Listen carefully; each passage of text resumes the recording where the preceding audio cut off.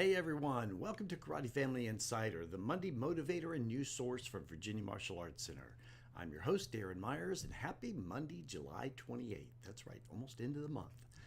So please join me in wishing a happy birthday to Henry Rader, Hunter George, Zion Johnson, Susan Luke, William George, and Stone Allen. Happy birthday, folks. We hope you have a great one. All right, now for the dojo announcements. Summer Karate Camp is kicking right along. Yes, I meant to say that. Okay. This week's theme is real life video games. Now that sounds kind of interesting, doesn't it? Sort of like if you remember the movie Tron or Jumanji, where people were transported into video games, okay? This one sounds interesting. It might be one that I have to peek in and see what happens. Could be good. All right, Black Belt Club members, your exclusive Black Belt Club class will be held on Friday, August 8th at 7 o'clock p.m. I am going to be the instructor for this one, so you don't want to miss it. Okay, be ready for it.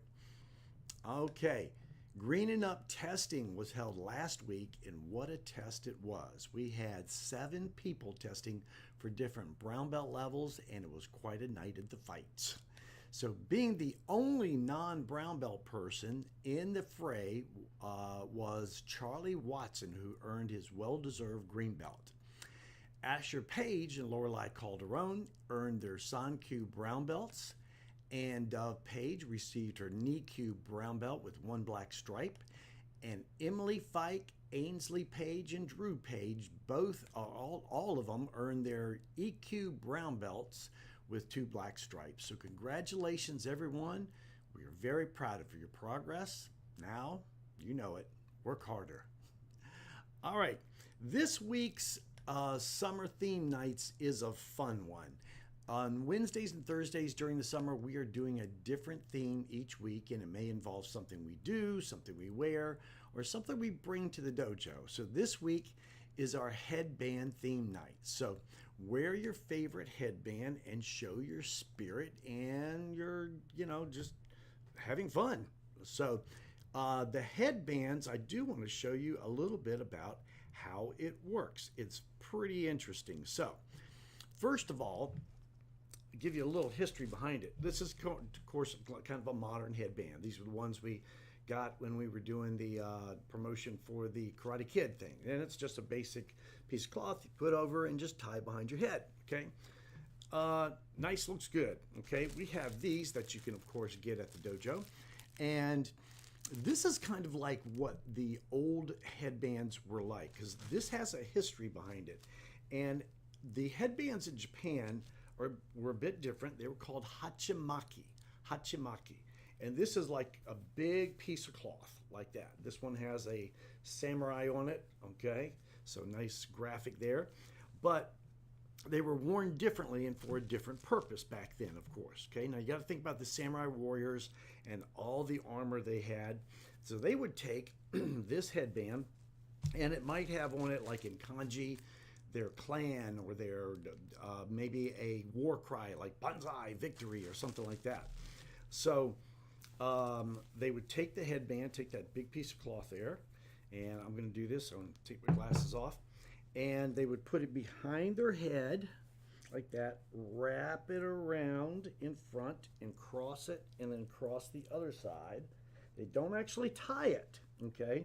But then they take this front flap here, right, like this, and they put it over top, like so, okay, to make kind of like a helmet lining. Because then on top of this, looks pretty silly, doesn't it? On top of this, they would put their helmet. So it would be kind of like a lining between their helmet, their hard helmet, and their skin, because most of them were shaved bald, okay, or shaved with a top knot.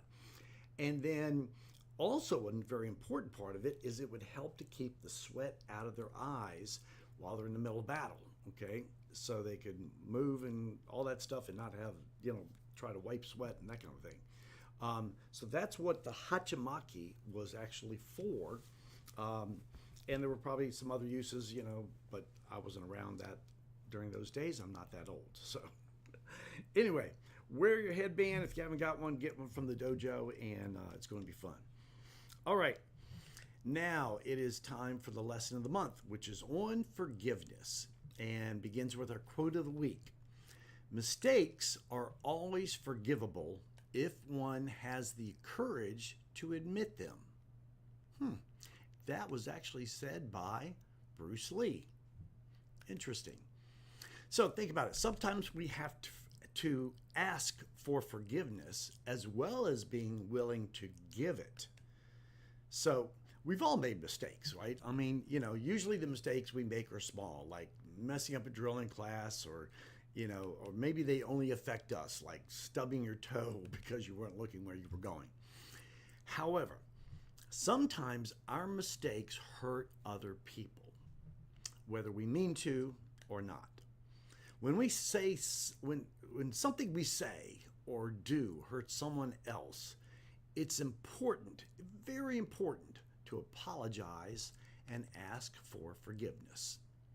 So, and remember that it's not always about what we think we did to the other person or what we said to the other person that's important.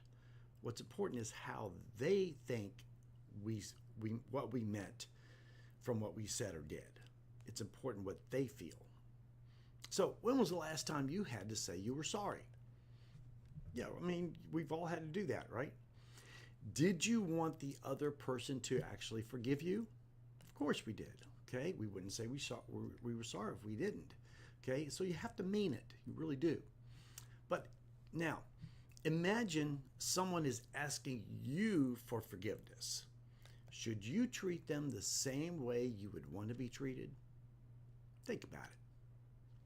All right, folks, that's it for me today, so always remember our dojo ethics. Karate begins and ends with respect. We are all responsible for our behavior. Actions always have consequences. There is never an excuse for bad manners, and we lead by example. Thanks for tuning in to this week's Karate Family Insider, and we will see you in class.